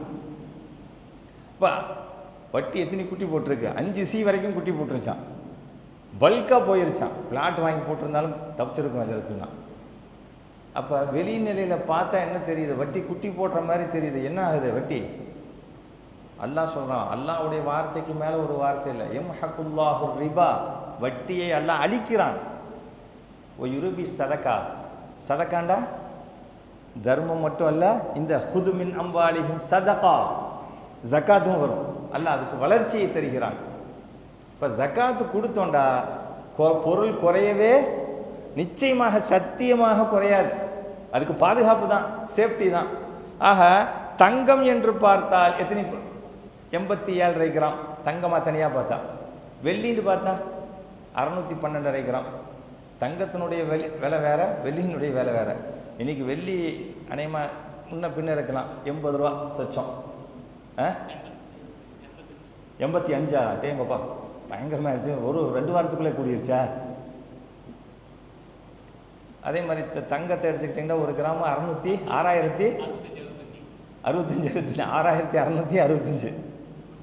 6565 இப்படி இருக்கு. அப்போ 1 பவுன் தங்கமே என்ன ஆகுது? 52 54 வந்துருக்குன்னு வச்சுங்களேன். இவ்வளோ. ஆனால் வெள்ளி மொத்த நிசாப் எடுத்தாவே 612 கிராம் எடுத்தாவே 50,000 ரூபாய்க்குள்ளே தான் வரும். அவ்வளோதானே வரும். 612.5 இன்ட்டு 85 எவ்வளோ வருது பாருங்களேன். வெள்ளி எடுத்துக்கிட்டால் 1 கிராம் அளவுக்கு, பவுனு அளவில் 1 கிராம் அளவுக்கு வெள்ளியினுடைய ஒட்டு மொத்தமே வந்துடுது. 40 இல்லைஜி, தங்கம் அல்ல, வெள்ளி. 612.5 இன்ட்டு 52,000 சொல்கிறேன். சரி, ஒரு குத்து மதிப்பு 50,000 வச்சுக்கோ. இப்போ வெள்ளி கணக்கு பார்த்தா 50,000 ரூபாய் இருந்தாவே என்ன வந்துருச்சு? சரி, இப்போ பணமாக பார்த்தா எதை பார்க்கணும்? வெள்ளியை பார்க்கணுமா, தங்கத்தை பார்க்கணுமா? வெள்ளியை பார்த்தீங்கன்னா ஏழைகளுக்கு லாபம், தங்கத்தை பார்த்தா பணக்காரர்களுக்கு லாபம். ஆனால் 10 ரூபா என்ன தெரியுமா? வெள்ளியை தான் பார்க்கணும், வெள்ளியை தான் பார்க்கணும். நிறையா இருந்தால் நிறையா கொடுக்கணுங்களா? இல்லை, பர்சன்டேஜ் தான். தங்கத்துக்கு இத்தனை பர்சன்டேஜ், வெள்ளிக்கு இத்தனை பர்சன்டேஜ்லாம் இல்லை. கல் கூலி சேதாரம்லாம் போட்டு அடிச்சு தள்ளுறாங்களே, அது மாதிரிலாம் இல்லை. என்னதான் எல்லாத்துக்கும் 2.5 தான். எல்லாத்துக்கும் எத்தனை பர்சன்டேஜ் தான் ஜக்காத்து? தங்கத்துக்கு கூட, வெள்ளிக்கு கம்மி அப்படிலாம் இல்லை. விவசாயத்தில் தான் வேறுபாடு இருக்கு. ஜக்காத்துடைய இதில் விவசாயத்துக்கு தான் வேறுபாடு. என்ன வேறுபாடுன்னா, விவசாயத்தில் அறுவடைக்கு தான் ஜக்காத்து கொடுக்கணும். அது எல்லா பொருளுக்கும் ஜக்காத்து கிடையாது. உணவு தானியங்கள், அரிசி, கோதுமை, மெயின் இது 2 தான். தேங்காய்க்கு இல்லை, மிளகாக்கு இல்லை, தக்காளிக்கு இல்லை. ஏன் இதெல்லாம் மெயின் உணவுப் பொருளா? மெயின் உணவுப் பொருள் இல்லை. சரி, இப்போ அரிசிக்கு கோதுமைக்கு எப்படி கொடுக்கறது? ஆற்று பாசனம், வாக்கியா பாசனம், தானாக தண்ணி பாஞ்சிச்சுன்னு வச்சுக்கோங்க. நம்ம தண்ணி பாய்ச்சறதுக்குன்னா இல்லை, வரப்பு வெட்டி விட்டு தானாக தண்ணி போகுதுண்டா, அதில் 10ல் ஒரு 10% 10%. நம்ம தண்ணி பாய்ச்சணும்டா, செலவெல்லாம் இருக்குல்ல. இப்போ கவர்மெண்ட்டு இலவச கரண்ட் கொடுக்குது, அது ஏதோ வச்சுக்கோங்க. இப்போ நம்ம தண்ணி பாய்ச்சினா 20%, 20ல் 1 சதவீதம், 20ல் 1 அப்படின்னா 5% வரும். 5%, 20ல் 1 பங்கு. தானாக தண்ணி பாய்ச்சிச்சுண்டா 10ல் 1 பங்கு. தானாக தண்ணி பாய்ஞ்சா 10ல் 1 பங்கு. நம்ம தண்ணி பாய்ச்சணும்டா 20ல் 1 பங்குன்னா 5%, அது 10%. இதில் விவசாயத்தில் மட்டும்தான் என்ன இருக்கு, வித்தியாசம் இருக்குது. அதே மாதிரி விவசாயத்தில் பழங்கள் எடுத்துக்கிட்டிங்கடா, பேரிச்சம்பழத்துக்கும் திராட்சை பழத்துக்கும் மட்டும்தான் ஜக்காத்து. ஆப்பிள், மற்ற பழங்கள்லாம், மாதுளை, இதுக்கெல்லாம் ஜக்காத்தே கிடையாது. அதே மாதிரி ஒருத்தர் வீடு வச்சுருக்கிறாரு, நிறைய வீடு வச்சுருக்கிறாரு, அதுக்கெல்லாம் ஜக்காத்து கிடையாது. காரு நிறையா வச்சுருக்கிறாரு. ஒரு பணக்கார வீட்டில் 6 கார் இருக்குது. பிள்ளைகளுக்கு 1, அத்தாவுக்கு 1, மகளுக்கு 1, இப்படி நிறையா இருக்குது. இத்தனை கார் இருக்குது. அத்தனை காருக்கு என்ன இருக்குது? ஜக்காத்து இருக்கா? ஜக்காத்து கிடையாது. எத்தனை வீடு இருந்தாலும் அதுக்கும் கிடையாது. பிளாட்டுகள் விற்பனைக்குன்னு வச்சுருந்தார், அதுக்கு உண்டு. விற்பனை இல்லைங்க, எத்தனை வாங்கி போட்டாலும் அதுக்கெல்லாம் கிடையாது. ப்ராப்பர்ட்டின்னு சொல்லி வாங்கி போட்டாலும் அதுக்கெல்லாம் கிடையாது. ஒரு அஜித்து கேட்டாங்க, என்ன ஹஜ்ரத் தீன் ரொம்ப லேசாக இருக்கே. அல்லாஹ் சில பேர் சொல்லுவாங்க, வளர்ச்சி அடையக்கூடியதில் மட்டும்தான் அல்லாஹ் என்ன வச்சுருக்கான், ஜக்காத் வச்சுருக்கான். அது எல்லாத்துலேயும் பார்த்துக்க முடியாது. ஆக வெள்ளியாக இருந்தால் 612.5 கிராம், தங்கமாக இருந்தால் 87.5 கிராம், பணமாக இருந்தால் வெள்ளியினுடைய அளவு எடுத்துக்கணும். சரி, இப்போ வெள்ளி வேறு எதுக்குங்க வரும்? வெள்ளி, தங்கம், வெள்ளி, பணம். பணம்டா எந்த பணம்? சேமிப்பு, கையிருப்பு. கையிருப்பு ஒரு வருஷம் ஃபுல்லாக இருந்தால், அல்லது விற்பனை சரக்குகள், வியாபாரம் செய்கிறாரு, அவருடைய ஸ்டாக்கு. இதில் அட்வான்ஸ்லாம் வராது. அட்வான்ஸ்லாம் என்ன கிடையாது. ஒன்று எது கையில் இருக்குதோ அதுக்கு மட்டும்தான் ஜக்காத்து கொடுக்கணும். மாமியார் வீட்டுக்கு போயிடுச்சு, மாமியார்னா சொந்த மாமியார் இல்லை, அடமானம் போயிடுச்சு, கடனாக கொடுத்துருக்காங்க, நம்ம கையில் இல்லை, அதுக்கு என்ன கிடையாது, கேஷே கடனாக கொடுத்துருக்கோம், அது எப்போ வரும்னு நம்பிக்கை இல்லை. அப்போ அதுக்கு என்ன தேவையில்லை, இல்லை கைவசம் இருந்தால் தான் ஜக்காத்து. அல்லாஹ் எவ்வளோ லேசாக்கி வச்சுருக்கான் பாருங்கள், எவ்வளோ லேசு. கைவசம் இருந்தால் தான் ஜக்காத்து. அதே மாதிரி பேலன்ஸை பொறுத்த வரைக்கும் எப்போ கணக்குன்னா, வருஷம் ஆரம்பமும் வருஷம் கடைசியும். வருஷம் ஆரம்பத்தில் ஒரு 2 லட்ச ரூபா இருந்துச்சு, இடையில 5 லட்ச ரூபா ஆச்சு, அதுக்கப்புறம் 7 லட்ச ரூபா ஆச்சு, மறுபடியும் வருஷ கடைசியில் 2 லட்ச ரூபா ஆச்சுண்டா எதுக்கு ஜக்காத்து கொடுக்கணும்? 2 லட்சத்துக்கு மட்டும் எடுத்தால் போதும். இடையில ஏறிச்சு எகிரிச்சு, ஆனால் நிரந்தரமாக இருந்தது அவ்வளோதான். டைம் பார்த்துக்கணும். அதே மாதிரி சரக்கு வியாபாரத்தில் என்ன செய்வாங்க, ஏப்ரல் டு ஏப்ரல் கணக்கு வச்சுக்கிட்டா ரொம்ப ஈஸியாக இருக்கும். இப்போல்லாம் கம்ப்யூட்டருங்கிறதுனால எல்லாமே அதிலே பார்த்துக்கலாம். ஏப்ரல் டு ஏப்ரல் கணக்கு வச்சுக்கிட்டாலும், ஆனால் ஜக்காத் எப்போ கொடுக்கணும்னா பிறை கணக்குப்படி தான் கொடுக்கணும். ஸ்டாக் எடுக்கிறதுக்கு அது வசதியாக இருக்கும், அவ்வளோதானே தவிர. இப்போ சரக்கு இடையில என்ன ஆகும், கூடும் குறையும். என்ன செய்வாங்கடா, ஏப்ரல் கணக்கு முடிச்ச முன்னாடி ஃபுல்லாக ஏற்றுவாங்க. தீபாவளி, பொங்கல், இந்த மாதிரி சீசன் டைம்லலாம் ஃபுல்லாக சரக்கு ஏற்றுவாங்க. அதெல்லாம் முடிஞ்ச பின்னாடி என்ன செய்வாங்க, டல் சீசன்டா ஏற்ற மாட்டாங்க. அப்போ எதுக்கு வச்சு கணக்கு கொடுக்கறது, எதுக்கு ஜக்காத்து கொடுக்கறது? ஸ்டார்ட்டு எண்டு இது ரெண்டையும் பார்க்கணும். என்ன இருந்துச்சோ அதுக்கு கொடுத்தாவே போதும். இப்போ எவ்வளவு இலகுவாக எல்லாம் இந்த சட்டத்தை ஆக்கியிருக்கான், ஜக்காத் ஆக்கியிருக்கான். அப்போ பணமாக இருந்துச்சுண்டா அந்த பணம் எப்படியா இருக்கணும், ஒன்று கையிருப்பாக இருக்கலாம், அல்லது கடை சரக்குகளாக இருக்கலாம், அல்லது கிடைக்கும் என்ற உறுதியில் நாம் கொடுத்துள்ள கடன், கிடைக்கும் என்ற உறுதியில் நீண்ட காலத்தவணை இல்லை குறுகிய காலத்தவணை கிடைச்சிடும், கை வந்துடும்னா அது நம்ம கையில் வந்த பின்னாடி அதுக்கு என்ன செய்யணும், அதுக்கு ஜக்காத்து கொடுக்கணும். இந்த மாதிரியான இதுகளுக்கெல்லாம் ஜக்காத்து இருக்குது. அதே மாதிரி நான் ஏற்கனவே சொல்லிட்டேன், கால்நடைகளில் ஆடு, மாடு, ஒட்டகம் பண்ணை வச்சுருக்கிறவங்களுக்கு, கோழி பண்ணை வச்சுருக்கிறவங்களுக்குலாம் ஜக்காத்து இல்லை. சரி, நிறைய வீடு வச்சுருக்கிற வீட்டுக்கு ஜக்காத்து இல்லைன்னு, ஆனால் வீட்டினுடைய வாடகை வருமானம் வருது, அந்த வருமானங்கிறது தனி, வருமானத்துக்கு ஜக்காத்துங்கிறது தனி. வருமானத்துக்கு ஜக்காத்து எப்படிங்க, நீங்கள் செலவுலாம் போக எல்லாம் போக உங்கள்கிட்ட இருப்பு ஒரு வருஷம் ஃபுல்லாக இருந்தால் தான் அந்த அமௌண்ட்டுக்கு நீங்கள் ஜக்காத்து கொடுக்கணும். இல்லாட்டி பிளாட்டு, எத்தனை பிளாட்டு வச்சுருந்தாலும் சரி, நிலம் கிடக்குது, விவசாய நிலம் நிறையா கிடக்குது, விவசாயம் செஞ்சு அது அறுவடை அப்போ தான் என்ன கிடைக்கும், ஜக்காத்து கொடுக்கணுமே தவிர விவசாய நிலத்துக்கெல்லாம் ஜக்காத்து கிடையாது, காருக்கு வாகனத்துக்கு கிடையாது. இப்போ இந்த மாதிரிலாம் அல்லாஹ்தாலா ரொம்ப இலகுவாக்கி வச்சுருக்கிறான். அப்போ யாருக்கு கொடுக்கணும் அப்படின்னா, அல்லாஹ்தாலா குர்ஆனில் 8 நபர்களை சொல்கிறான். அந்த 8 நபர்களுக்கு தான் என்ன செய்யணும், ஜக்காத்து கொடுக்கணும். ஹஜ்ரத் எனக்கு 2 தான் சொல்லியிருக்கிறாங்க, இன்ஷா அல்லாஹ் அதுக்குள்ளே முடிச்சிடுவோம். இப்போ யாருக்கு கொடுக்கணும், சதக்கா யாருக்கு வந்தாலும் கொடுக்கலாம். சதக்கா தர்மம், தர்மம் முஸ்லீம் அல்ல அப்படிங்கிற பாகுபாடு இல்லை. ஆனால் ஜக்காத்தை பொறுத்த வரைக்கும் முஸ்லீமுக்கு மட்டும்தான் கொடுக்கணும். இன்னொன்று நியத்து வைக்கணும். தொழுகைக்கு என்ன செய்கிறீங்க சொல்லுங்களேன், நியத்து வைக்கணும். நோன்புக்கு நியத்து வைக்கணும். ஹஜ்ஜுக்கு, உம்ராக்கு. அதே மாதிரி இபாதத்தை மக்சூதா, எதுவெல்லாம் இம்பார்ட்டண்ட் இபாதத்தாக இருக்கோ அதுக்கு எல்லாத்துக்கும் நியத்து அவசியம். இமாம் ஷாஃபி ரஹ்மத்துல்லாஹி கருத்துப்படி எல்லாத்துக்கும் நியத்து அவசியம். இன்னமல் அமாலு பின்னியாத், உங்களுடைய செயல்கள் எல்லாம் எதை கொண்டு தான், எண்ணத்தை பொறுத்து தான். அதனால் நியத்து முக்கியம். அப்போ ஜக்காத்து கொடுக்கறதுக்கு கட்டாயம் நியத்து வேணும். அதே மாதிரி யாருக்கு தான் கொடுக்கணும், இந்த சதகத்துல் ஃபித்ரில் அழகாக ஒரு ஹதீஸ் வரும். சதக்கத்துல் ஃபித்ருடைய நேரம் என்ன?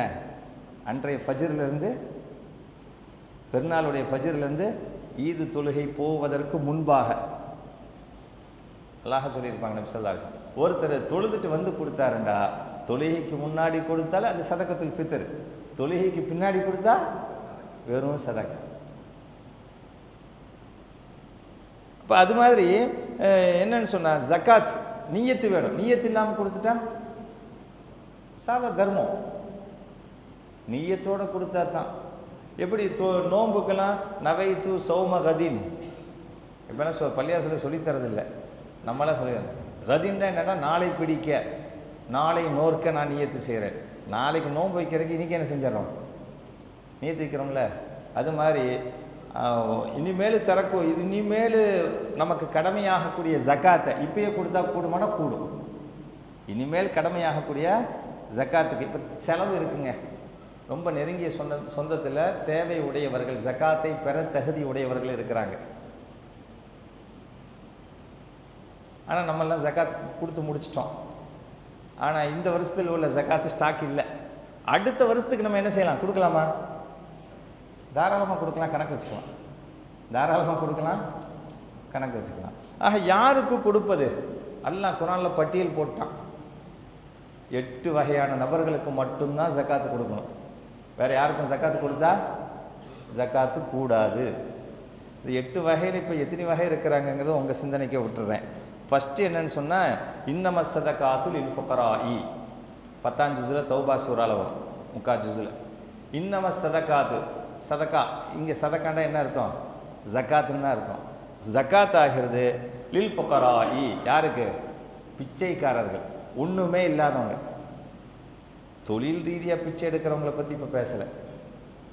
ஆனால் இன்றைக்கி தொழில் ரீதியாக பிச்சை எடுக்கிறவங்களாம் என்னடா, வெள்ளிக்கிழமையானா பள்ளிவாசலில் இருப்பாங்க, ஞாயிற்றுக்கிழமையானா சர்ச்சில் இருப்பாங்க, மற்ற விசேஷங்கள்லாம் அங்கே இருப்பாங்க, அழகாக காஸ்டியூம்லாம் மாற்றிக்கிட்டு போயிட்டு இருப்பாங்க. அவங்கள பற்றி நம்ம பேசலை. பிச்சைக்காரர்கள்னால் நாளைக்கு எதுவுமே இல்லாதவங்க, அது அடுத்த வேலைக்கு உண்டான எந்த ஏற்பாடும் இல்லாதவங்க. உருப்படியான தங்குமிடம், ஆடைகள், உணவு, எந்த விதமான ஏற்பாடும் இல்லாதவர்களுக்கு பேர் தான் பிச்சைக்காரர்கள். அந்த மாதிரி நபர்களுக்கு என்ன செய்யலாம்? கொடுக்கலாம். அடுத்து இன்னம சதகாத்து லில் ஃபுகராஇ, முதல்ல ஃபுகரா, ரெண்டாவது மசாக்கின், மிஸ்கீன். மிஸ்கீன் தான் என்னடா, அடுத்த வேலை தேவைக்கு இருக்கும். ஏதோ வீடுங்கிற பேரில் ஏதோ இருக்கும், சாப்பாட்டுக்கு ஏதோ இருக்கும், ஆனால் நிறைவாக இருக்காது. நிறைவாக இல்லாமல் குறைவாக இருக்கிறவங்க பேர் மிஸ்கீன்னு சொல்கிறது. ஏழைகள், நம்ம பாஷையில் சொன்னால் ஏழைகள், வறுமை கோட்டுக்கு கீழே உள்ளவங்க. இதில் என்னன்னு சொன்னால், ஜக்காத்தை பற்றி பேசுகிறப்பெல்லாம் நிறைய பேர்த்துக்கு ஒரு மேம்போக்கான எண்ணம், இது நமக்கெல்லாம் இல்லை, எல்லாம் பணக்காரவங்களுக்கு தான். இப்போ அரசாங்க கணக்கில் வறுமை கோட்டுக்கு கீழே அப்படின்னா வறுமை கோடுன்னு கணக்கு வச்சுருக்கான். வறுமை கோட்டுக்கு என்ன அளவுகோல் வச்சுருக்கான்? மாத வருமானம் அப்படின்னு ஏதாச்சும் ஒவ்வொரு டிபார்ட்மெண்ட்டும் ஒவ்வொரு மாதிரி ஸ்கேல் வச்சுருக்கிறாங்க, ஒவ்வொரு அளவுகள் வச்சுருக்கிறாங்க, ஒவ்வொரு மாதிரி அளவுகள் வச்சுருக்கிறாங்க. அது மாதிரி நினச்சிக்கிறாங்க. எல்லாம் நிறைய காரு, பங்களா, நகை, நட்டு, பணம், இது செல்வாக்கு எல்லாம் இருந்தால் தான் அவங்க பணக்காரங்கன்னு நம்ம நினச்சிக்கிறாங்க. நம்ம நினைக்கிற பணக்காரவங்க அல்ல, அல்லாஹ் சொல்கிற பணக்காரவங்க. யார்? நம்மெல்லாம் நினச்சிக்கிறோம் அல்லாஹ் சொல்கிற பணக்காரவங்க யாருண்டா, இந்த 87.7 கிராம் தங்கம், 612 கிராம் வெள்ளி, அல்லது அதனுடைய பொருள் மதிப்பளவுக்குள்ள பணம், இது இருந்தாவே ஷரியத் ரீதியாக அவர் யாருங்க? பணக்காரன்னா என்ன அர்த்தம்? ஜக்காத்து கொடுப்பதற்குண்டான வசதியை பெற்றவர். இப்போ ஏழைண்டா என்ன அர்த்தம்டா? ஜக்காத்து கொடுப்பதற்குண்டான வசதியை பெறாதவர்கள், ஜக்காத்து கொடுப்பதற்குண்டான வசதி வாய்ப்பை இல்லாதவர்கள், அவங்களுக்கு தான் ஏழை. இப்போ ரெண்டாவது கேட்டகரி, ஃபஸ்ட்டு என்ன? பிச்சைக்காரர்கள், ரெண்டாவது ஏழைகள், மூணாவது வல் காமிலீன அலைஹா, அரசால் நியமிக்கப்பட்ட ஊழியர்கள், சேவகர்கள். இஸ்லாமிய அரசாங்கமாக இருந்தால் கவர்மெண்ட்டில் என்ன செய்யணும்? ஜக்காத் வசூல் பண்ணுறதுக்குன்னு ஒரு டிபார்ட்மெண்ட் இருக்கும். இதில் ஏகப்பட்ட குளறுபடி. சஹாபாக்கள் குலஃபாய் ராஷிதீன்கள் காலத்தில் இதில் என்ன ஆகி போச்சு? பிரச்சனை வந்துருச்சு. உஸ்மான் ரலியல்லாஹு தஆலாவுடைய காலத்தில் என்ன செஞ்சிட்டாங்கன்னா, மக்கள் ஜக்காத்து கொடுக்குற விஷயத்தில் கொஞ்சம் கணக்குகளை முன்ன பின்ன காட்ட ஆரம்பித்தாங்க. அப்போ அவங்கள பாவியாக்க வேணாம் அப்படின்னு சொல்லி எது வெளிப்படையாக தெரிகிறதோ அதுக்கு மட்டும் நீங்கள் வெளிரங்கமாக ஜக்காத் வாங்க. உள்ரங்கமாக இருக்கிறதுக்கு அவங்களா கொடுத்தா ஓகே, இல்லாட்டி அவங்களாச்சும் அவங்க ரப்பாச்சுன்ட்டாங்க. அது உஸ்மான் ரலியல்லாஹு தஆலா காலத்திலே வந்துருச்சு. நிறைய விஷயங்கள் ஷரியத்தில் இன்னைக்கு உள்ளதெல்லாம் ஹுலஃபாக்கள் காலத்திலே வந்தது. நமக்கெல்லாம் தெரியும் உஸ்மான் ரலியல்லாஹு தஆலாவுடைய இன்னொரு சாதனை என்னங்க? குர்ஆன். Very good. ஜாமியுல் குர்ஆன். குர்ஆனா ஏண்டா உமர் ரலியல்லாஹு தஆலாவுடைய ஆட்சி காலத்தை பிரம்மாண்டமான 22 லட்சம் சதுர கிலோமீட்டர் பரப்பளவு இஸ்லாம் பரவுச்சு. ஒவ்வொரு இடத்துல ஒவ்வொரு மாதிரி குர்ஆனை ஓத ஆரம்பித்தாங்க. உடனே இவங்க என்ன செஞ்சாங்க, குர்ஆனுடைய அந்த அச்சு பிரதி இருந்துச்சுல அதுலேருந்து பிரதி எடுத்து ஒவ்வொரு மாகாணத்துக்கும் ஒன்று கொடுத்தாங்க. அப்போ குர்ஆனை பல்வேறு விதமான ஓதுதலை விட்டு காப்பாற்றி ஒரே மாதிரியாக உருவாக்குறதுல யாருடைய பங்கு? அதனால தான் ஜாமியுல் குர்ஆன், காமிலுல் ஹயாயி வல் ஈமான் தின்னூரைன் அப்படின்னு நம்ம தராவி தஸ்பீஹாத்தில் ஓதுவோம். இன்னொரு சாதனை, ஜும்மாவுடைய 2வது குத்துபா பாங்கு ஏற்பாடு செஞ்சது யார் தான்? உஸ்மான் ரலியல்லாஹு தஆலா. ஜும்மாவில் ரசூல்லா காலத்தில் இருந்தது ஒரே பாங்கு, மெம்பரில் சொல்கிற பாங்கு மட்டும்தான். மெம்பரில் சொல்கிற பாங்கு மட்டும்தான். இப்போ முன்னாடி 12:30 ஒரு பாங்கு சொல்கிறோம்ல, அந்த பாங்கு ஏற்படுத்துனது யார்? உஸ்மான் ரலியல்லாஹு தஆலா தான். இப்போ சில ரசூல்லா காலத்தில் இல்லை. ரசூல்லா காலத்தில் தராவிங்கிறது அவங்க தனியாக தொழுதுக்கிட்டாங்க. உமர் ரலியல்லாஹு காலத்தில் 20 ரக்காத்து, அன்னையிலேருந்து இன்னைக்கு வரைக்கும் 20 ரக்காத் தான் தராவின்னு பேரில். இரவு தொழுகைங்கிறது தனி 8 ரக்காத்து. அது ரமதானில் மட்டுமல்ல, எல்லா காலத்துலேயுமே 8 ரக்காத்து தஹஜத்துன்னு பேர். சில விஷயங்களை நம்ம தெரிஞ்சுக்கணும். அபூபக்கர் சித்திக் நாயகம் காலத்தில் என்ன ஏற்பட்டுச்சு? குர்ஆன் பிரதியாக்கப்பட்டுச்சு. கல்பில் இருந்த குர்ஆனை பிரதியாக்கப்பட்டது எப்போ தான்? அபூபக்கர் நாயகம் காலத்தில். இப்படி ரசூலுல்லாஹ் காலத்தில் இல்லாத சில விஷயங்கள் ஹலீஃபாக்களுடைய காலத்தில் வந்துச்சு. அதே மாதிரி இன்னொரு விஷயம், இடைச்சொல்களாக குத்துபாவில் என்ன செய்கிறோம்? 4 ஹலீஃபாக்கள் பேரை சொல்கிறோம். இது யாருடைய காலத்தில் ஏற்பாடு செய்யப்பட்டது? உமர் இப்னு அப்துல் அசீஸ் ரஹ்மத்துல்லாஹி காலத்தில் ஏற்பாடு செய்யப்பட்டது. ஏன்னா அப்போ முஅத்தஸிலா உஸ்மான் ரலியல்லாஹு தஆலாவுடைய கொலைக்கு பின்னாடி இஸ்லாமிய உலகம் தடுமாற்றத்தில் இருந்தப்ப சிலர் என்ன செஞ்சாங்கன்னா, ஷியாக்கள் அலி ரலியல்லாஹு தஆலாவை தூக்கி பிடிச்சான். மற்ற ஹலீஃபாக்கள் என்ன செஞ்சான்? சாபமிட ஆரம்பித்தான். அப்போ இந்த மாதிரி சூழ்நிலையில் 4 ஹலீஃபாக்களுமே நேர்வழி பெற்றவர்கள். அந்த 4 ஹலீஃபாக்களுடைய பெயர்களையும் குத்துபால உச்சரிக்கப்படணும். ஏன்னா அரசர்களுடைய பெயர்கள் உச்சரிக்கப்பட்டுக்கிட்டு இருந்துச்சு. அது எல்லாத்தையும் நீக்கி ஹலீஃபாக்களுடைய பெயரை உச்சரிக்கக்கூடிய அந்த பாணியை உருவாக்குனது யார்? உமர் இப்னு அப்துல் அசீஸ் ரஹ்மத்துல்லாஹி. இன்னைக்கு வரைக்கும் அது நடந்துக்கிட்டு இருக்கு. ஹைர்.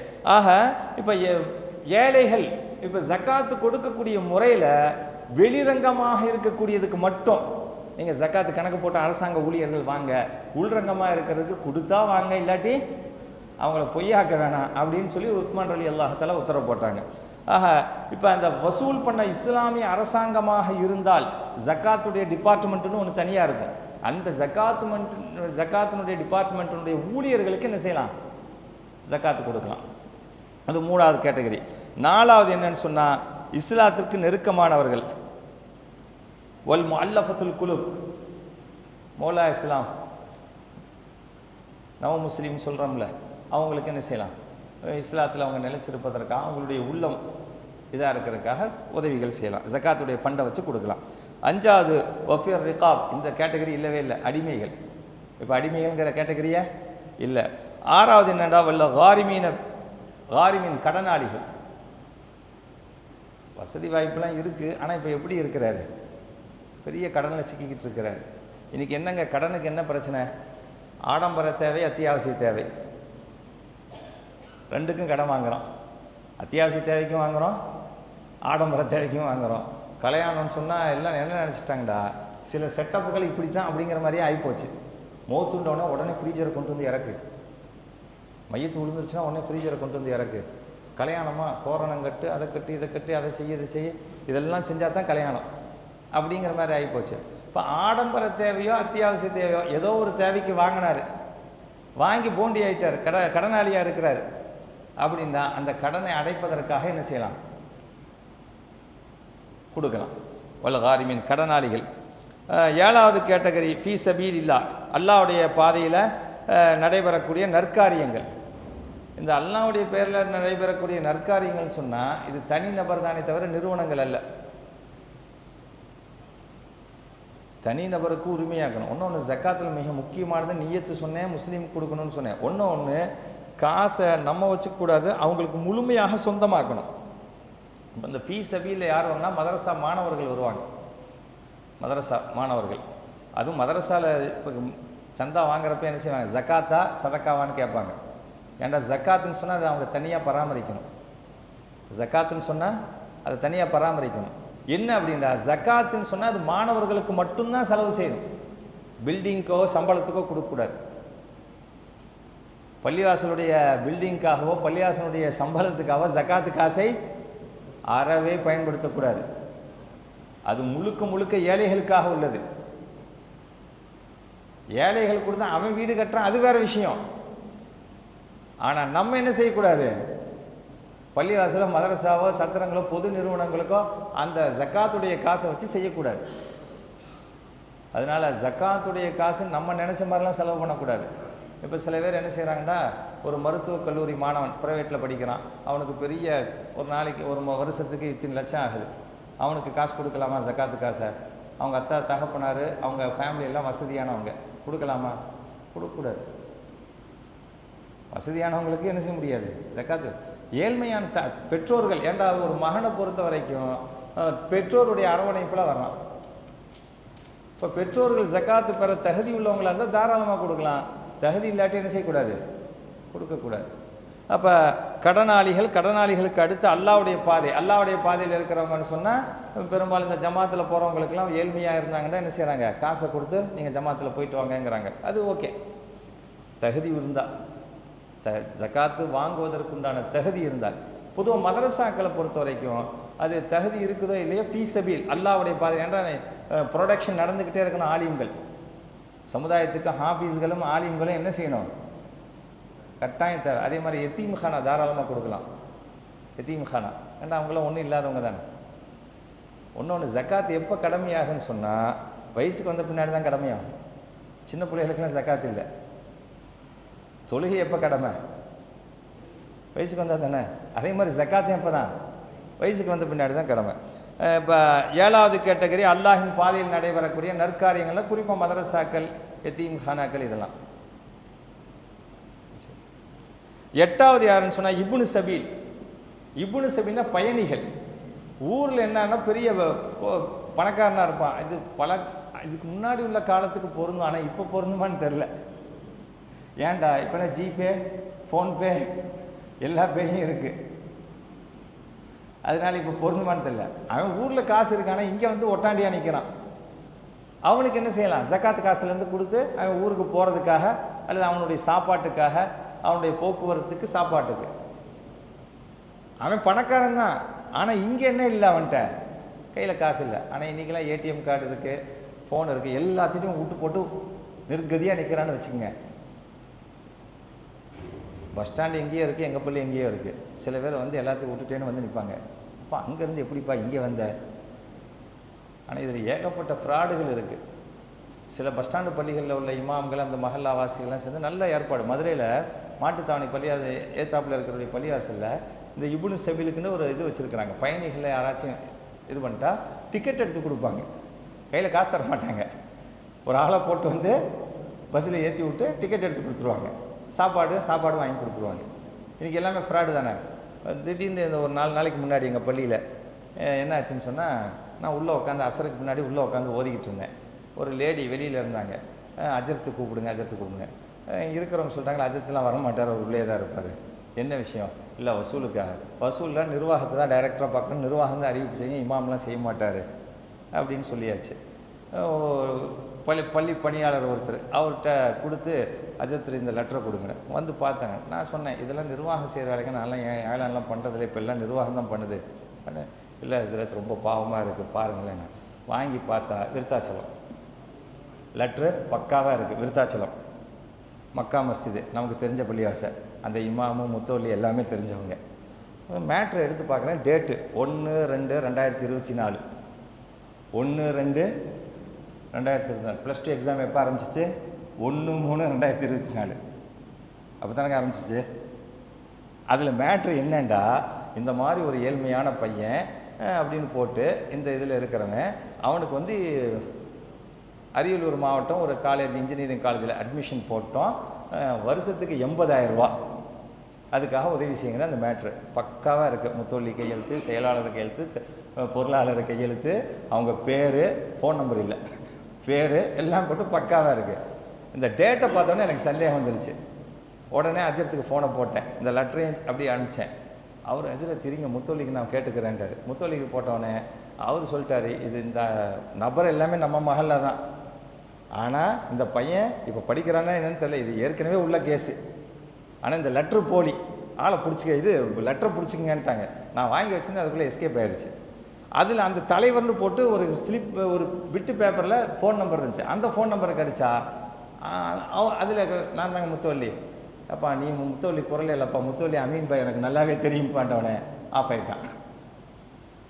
பக்கத்தில் விருத்தாச்சலம், இதுக்குள்ளேயே எவ்வளோ ஃப்ராடு நடக்குது.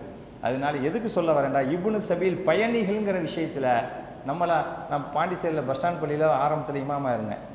அப்போ இந்த நமக்கு தான் இந்த இறக்க குணம்லாம் வந்துடும்ல, சதக்கா யாருக்காச்சும் பசியாக இருக்கிறேன்னு சொல்லி கொடுத்தா சொர்க்கம் கிடைக்குங்கிறலாம் ரசூல்லா சொல்லியிருக்கிறாங்களே.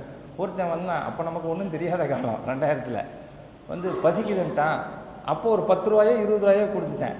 கொடுத்தவொடனே அடுத்த வக்துக்கு ஃபுல்லாக வந்து நின்றா தள்ளாடிக்கிட்டு எங்கள் மோதிராட்டை கேட்டு, என்னங்க இவனை ஹஜ்ரத் உங்களுக்கு தெரியாதா, இங்கே எல்லாமே இப்படி தண்டாரு. பசின்னு சொல்லி கேட்டான்டா, காசை கொடுத்தோன்னா அவன் எதுக்கு போயிடுறான், சரக்கடிக்கத்தான் போகிறான். அதனால இது விஷயத்தில் நம்ம கவனம் செலுத்தணும். ஜக்காத்து காசை கொடுத்தாலும் இது கொடுத்தாலும் தகுதியான நபரா. இன்னைக்கு எந்த லெட்டர் வந்தாலும் எல்லாமே போலிகள் தான் அதிகம், உண்மை ரொம்ப ரொம்ப கம்மி. அதே மாதிரி மதரசான்னு வராங்கல்ல, என்ன மதரசா எதுன்னு தெரியல. அதனால தான் நாங்கள் ஒரு இது வச்சுருக்குறோம், நம்ம டிஸ்ட்ரிக்டில் உள்ள மதரசாவுக்கு மட்டும் நம்ம கண்ணு தெரியுதா அதுக்கு மட்டும் நல்லா ஏழான்னு செய்யலாம். மற்றவங்களாம் அவங்களாம் வாங்கிட்டு போயிட்டோம், எல்லாம் என்ன கொடுக்குறானோ கொடுத்துட்டு போட்டோங்கிற மாதிரி வச்சுருக்கோம். ஆக இன்னைக்கு போலிகள் அதிகமாகிடுச்சு, உண்மை இல்லாமல் போயிடுச்சு. அப்போ இன்னொரு கேட்டகரி, கடைசி கேட்டகரி என்னென்னா இப்னு சபீல் பயணிகள். இந்த 8 நபர்களுக்கு கொடுக்கலாம். இதில் இந்த 8 நபர்கள் எல்லாம் பட்டியல் போட்டாலும் முதல் முன்னுரிமை பெறக்கூடியவர்கள் யார் என்றால் நம்ம உறவினர்கள். இப்போ யாருக்கு கொடுக்கறதுங்க, நம்ம பராமரிப்பில் இருக்கிறவங்களுக்கு கொடுக்கக்கூடாது. நம்ம பராமரிப்பில் யார் இருப்பா, நமக்கு முன்னோர்கள், தாய் தகப்பேன், பாட்டன் பூட்டன், இவங்கெல்லாம் யாருடைய பராமரிப்பில் இருப்பாங்க, நம்ம பராமரி. அதே கிளைகள் எடுத்துக்கிட்டால் நம்ம மகன், கல்யாணம் முடிக்காதாள், சம்பாதிக்காதாள், கல்யாணம் முடிக்காத மகள், இப்போ நம்ம ஃபேமிலி சின்ன பிள்ளைகளாக இருந்தால் அவங்க, இவங்கெல்லாம் நம்முடைய பராமரிப்பில் இருக்கிறவங்க. கல்யாணம் முடிச்சிட்டாலும் கூட இவங்களுக்கு நம்ம ஜக்காத்து கொடுக்கக்கூடாது.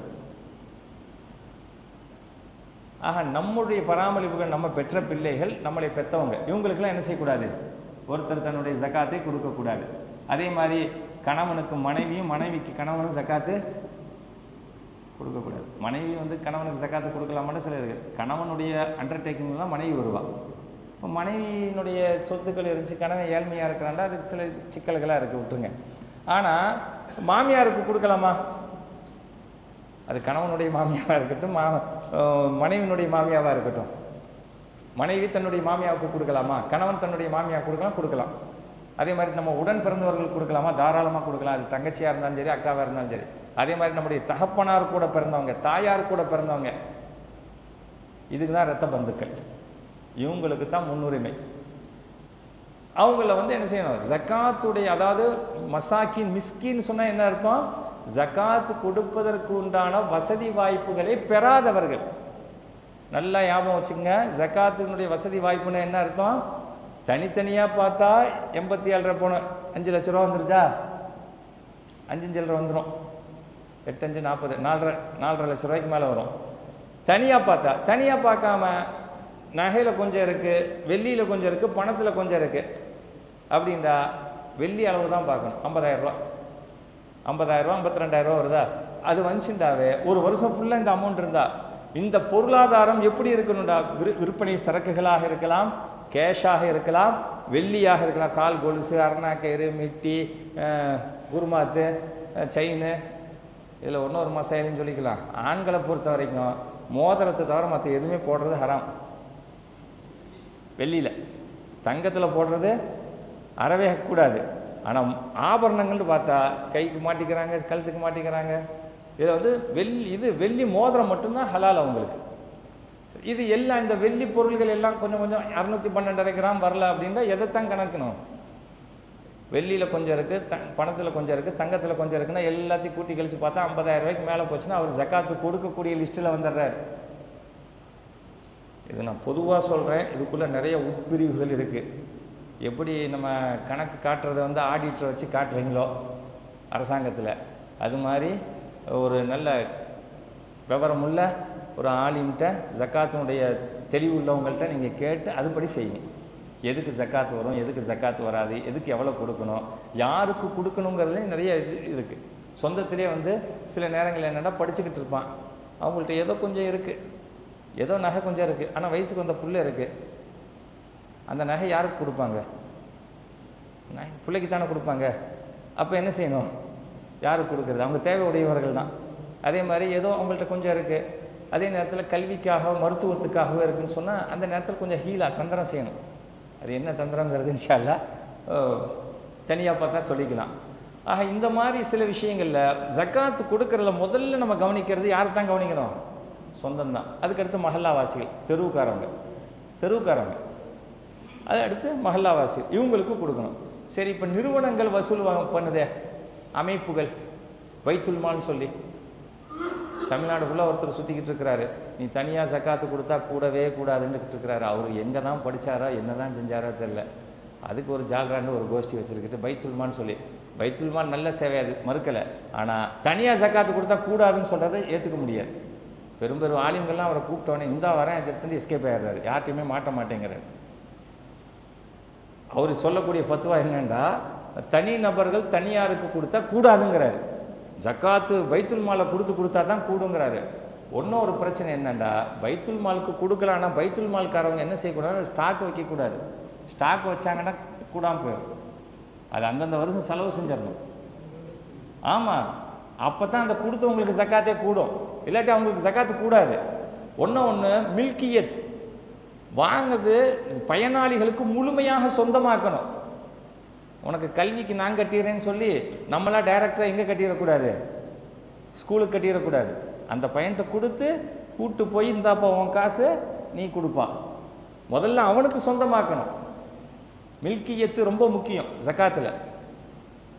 அதே மாதிரி கடனாளியாக இருக்கிறாருன்னு சொன்னால், இந்த காசு உன் கடன், இந்த பிரச்சனை இதை நீ தீர்த்துக்க, இல்லாட்டி அந்த கடனாளியை கூப்பிட்டு வச்சு இந்தாப்பா இவர்கிட்ட காசு கொடுத்துட்டேன், நீ இவர்கிட்ட இருந்து வசூல் பண்ணிக்க. வேறு தேவைகள் இருக்குன்னு சொன்னான்னா அந்த தேவைகளுக்கு கொடுக்க முடிஞ்சால் கொடுங்க, அது அவங்க இஷ்டம். ஆக மொத்தம் பயனாளி அவர் முழுமையான உரிமை பெறணும். அந்த காசில் முழுமையாக உரிமை பெற்றால் தான் அந்த ஜக்காத்து கூடும். முழுமையாக இப்போ பைத்துல் மாலில் கொடுத்தா முழுமையாக பயனாளிகளுக்கு உரிமை வருமா வராதா?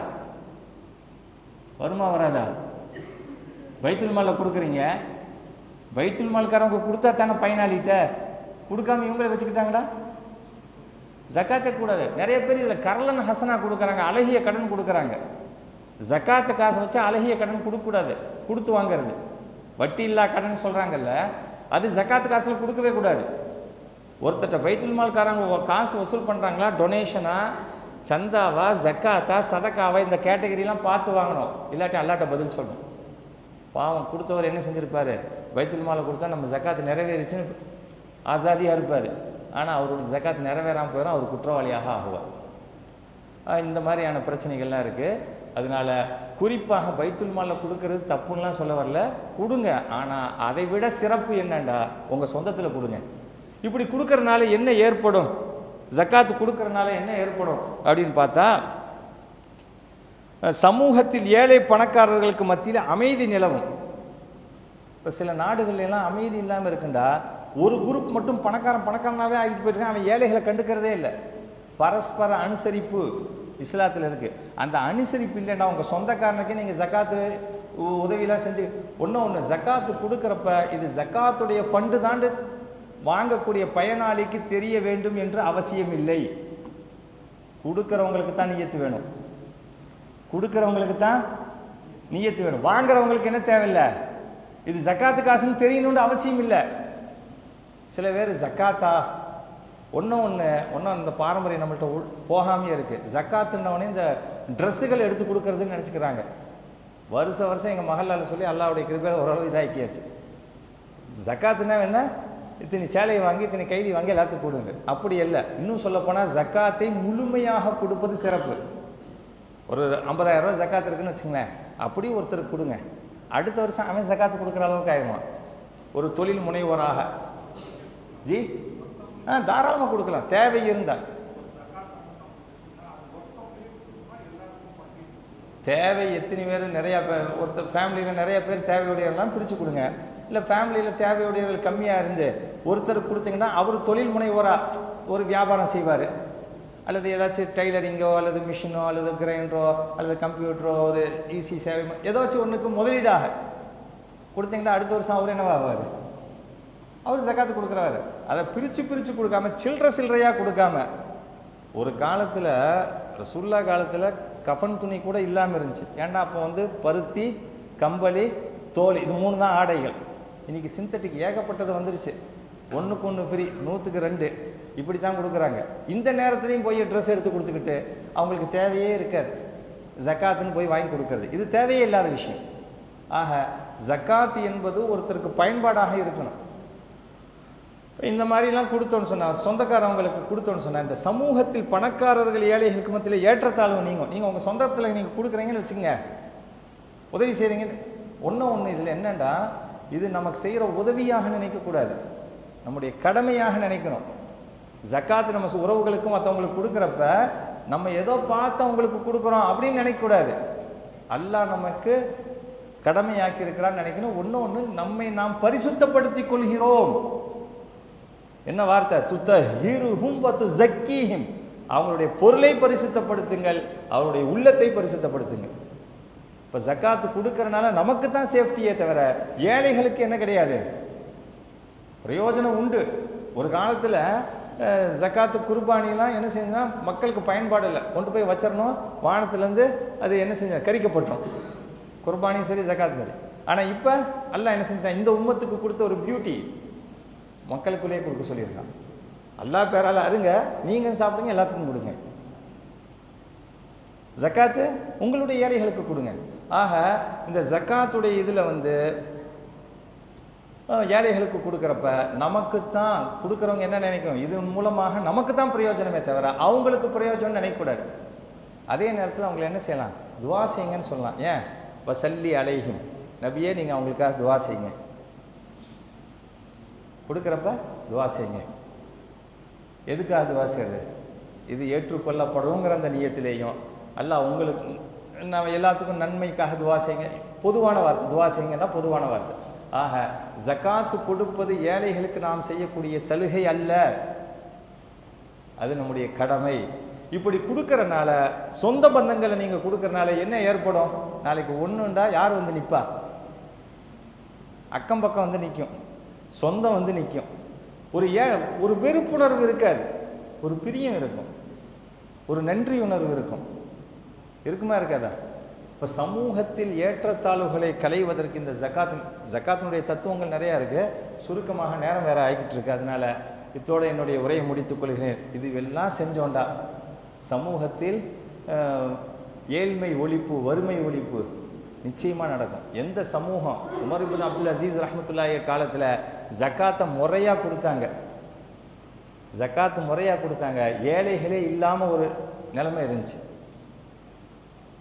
தேடுவாங்களாம், எங்கேயாச்சும் ஜக்காத்து வாங்குறவங்க இருக்கிறாங்களா, இங்கே ஒருத்தர் இருக்கிறாருன்னு சொல்லி தகவல் அங்கே போனால் அவர்கிட்ட நிறைய பேர் கொடுத்து அவர் பெரிய பணக்காரராக இருப்பார். இந்த நிலைமை இஸ்லாமிய உலகம் கண்டது. இதே நிலைமை இன்னைக்கு முறையாக நம்ம செய்யாதனால இஸ்லாமிய சமூகத்தில் இல்லாத முன்மாதிரியே இல்லை. இன்னைக்கு அந்த முன்மாதிரி யார் ஃபாலோ பண்ணுறா, மார்வாடி நாடார்கள் ஃபாலோ பண்ணுறாங்க, பெரிய பெரிய தொழில் நிறுவனங்களை வச்சுருக்கிறாங்க. ஆனால் தொழிலுக்கு இதுக்குன்னு உள்ளவங்க வியாபாரிகள் யார், எந்த சமூகம், முஸ்லீம் சமூகம் தான். நீங்கள் நம்ம கைவிட்டு போயிருக்குண்டா, ஒருத்தருக்கு ஒருத்தர் லிஃப்ட் பண்ணுறதில்ல, கார்பரேட்டுன்னு சொல்லி கூட்டுமுறை வியாபாரம், எலி வலையானாலும் தனி வலை, பெரிய ஃபித்னா. எங்கெல்லாம் கூட்டு முறையில் இருக்கிறாங்க அங்கெல்லாம் ஓஹோன்னு இருப்பாங்க. ஒருத்தரால் சாதிக்க முடியாது, கூட்டுறவு முறையில் ஜமாத்துனா ஒருங்கிணைப்பு, அவங்களால சாதிக்க முடியும். ஆக பொருளாதார ரீதியாக ஒரு பெரிய வலுவான சமுதாயமாக மாறணுண்டா ஜக்காத் மெயின், பைத்துல் மால் மெயின், இதெல்லாம் கரெக்டாக ஃபாலோ பண்ணோண்டா ஒரு சிறந்த சமுதாயமாக ஆகும். அல்லாஹ் தஆலா இந்த புனிதமான ரமலானுடைய தினத்தில் எதை கேட்டோமோ எதை சொன்னோமோ அதன்படி அமல் செய்வதற்கும் அல்லாஹ் இந்த ரமலானை கண்ணியப்படுத்தி இருக்கிறான்.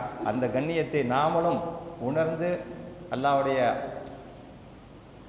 சவாவை முன்வைத்து அல்லாஹ் கொடுக்கக்கூடிய அந்த நன்மையை முன்வைத்து பாவ மன்னிமையை முன்வைத்து நாம் வந்திருக்கிறோம். அல்லாஹ் தஆலா நம்மை ஏற்றுக்கொள்வானாக. நாம் செய்யக்கூடிய எல்லா அமலையும் அல்லாஹ் கபூல் செய்து கொள்வானாக. வ ஆகிர் தாவானா அனில் ஹம்துலில்லாஹி ரப்பில் ஆலமீன். அஸ்ஸலாமு அலைக்கும் வரஹ்மத்துல்லாஹி வபரகாத்துஹு.